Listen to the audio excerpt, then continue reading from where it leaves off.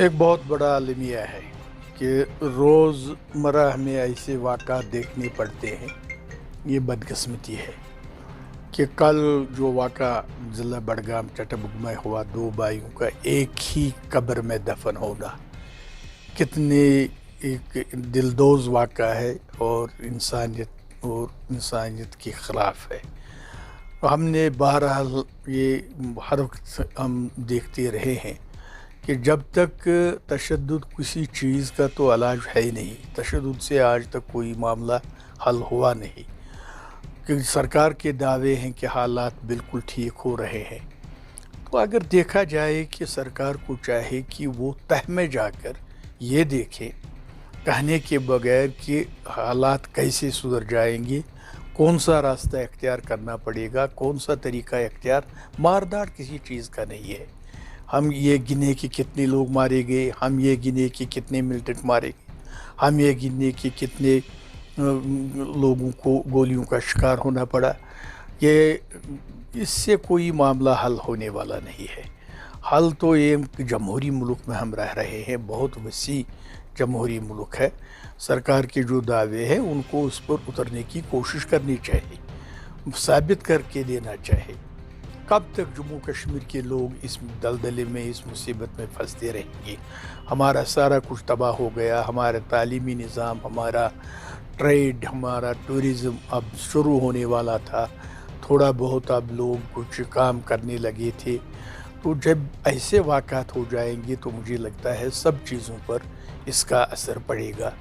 इसलिए कि सरकार को चाहे कि मुतबादिल रास्ता पुरखुलूस तरीके से इख्तियार करके एक निकाला जाए, ताकि यहाँ के लोगों को, जम्मू कश्मीर के लोगों को एक राहत का सांस मिलने का मौका मिले।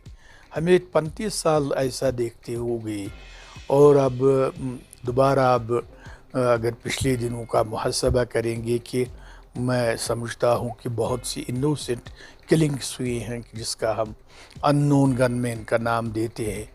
तो कब तक हम ये नाम देते रहेंगे, कब तक किलिंग्स होते रहेंगे? इसलिए ये वाक़ात, ऐसे वाक़ात चाहे कहीं भी हो, किसी की भी तरफ हो, काबिल मज़म्मत है, काबिल अफसोस है। और कितने बार अब यहाँ मरगुज़ारों को हमें आबाद करना है, बल्कि यहाँ के लोगों को आबाद करने के लिए, अमन लाने के लिए सरकार को चाहे कि वो इक़दामात करे। देखिए, हम इसकी मज़म्मत करते हैं, कोई भी बेगुनाह इंसान मरता है। इस्लाम ये कहता है कि पूरी इंसानियत का कत्ल एक बेगुनाह का कत्ल होता है। हमने डे वन से ये कहा कि ये एक पॉलिटिकल मसला है, ये इसका फौजी हल नहीं है, ज़ोर ज़बरदस्ती की बुनियाद पे पीस प्रिवेल नहीं होता है। हमें इस मसले को एड्रेस करना होगा, तब जाके यहाँ पीस, अमन आ सकता है। मसले कश्मीर को हमें एड्रेस करना होगा, जितने भी स्टेक होल्डर्स हैं उन सब से बात करनी होगी। ये फॉर द टाइम बीइंग आप गन की बुनियाद पे, ज़ोर ज़बरदस्ती की बुनियाद पे अमन लाना चाहते हैं।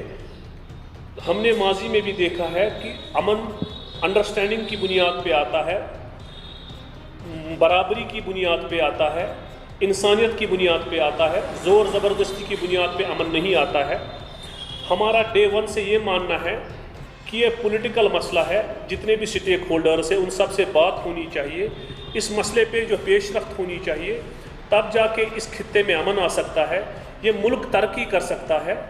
यहाँ हर रोज़ कोई ना कोई हमारा भाई जो है मरता है, उसका खून ज़मीन पे गिरता है। इनका ये दावा कि यहाँ हालात ठीक है, हालात कितने ठीक है ये सबके सामने है, किसी को बात करने की इजाज़त नहीं है।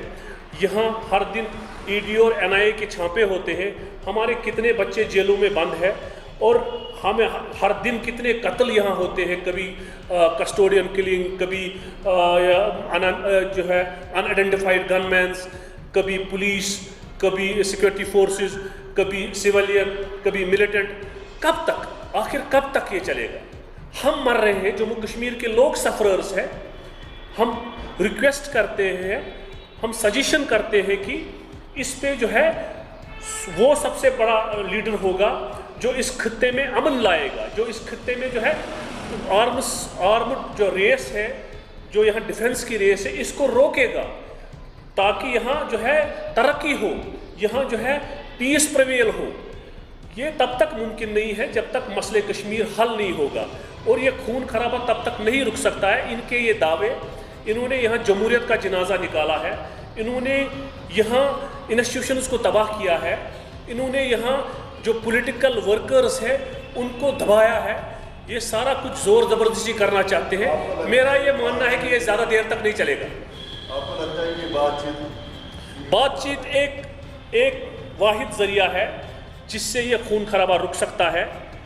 ہمارا یہ ماننا ہے کہ جتنے بھی لیڈرز بند ہیں ان کو چھوڑنا چاہیے، جتنے بھی سٹیک ہولڈرز ہیں، جتنے بھی ہمارے نیبرز ہیں، ان سب سے بات ہونی چاہیے، تب جا کے یہ مسئلہ جو ہے ٹھیک ہو سکتا ہے، یہ خون خرابہ